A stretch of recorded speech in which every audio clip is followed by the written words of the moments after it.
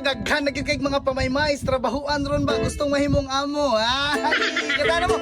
Hey, daghan kay kog friends nga sip-sip sa trabaho.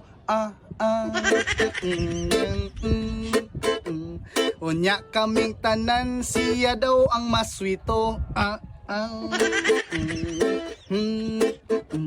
Magsikit-sikit, magpa-impress sa amo. Yan, magpa-impress sa amo, pamaymay. Unya, kapait, pariharami og sweldo. Dudong inday, paminaw sa mo. Kanang pagkasip-sip, di na makadato ninyo.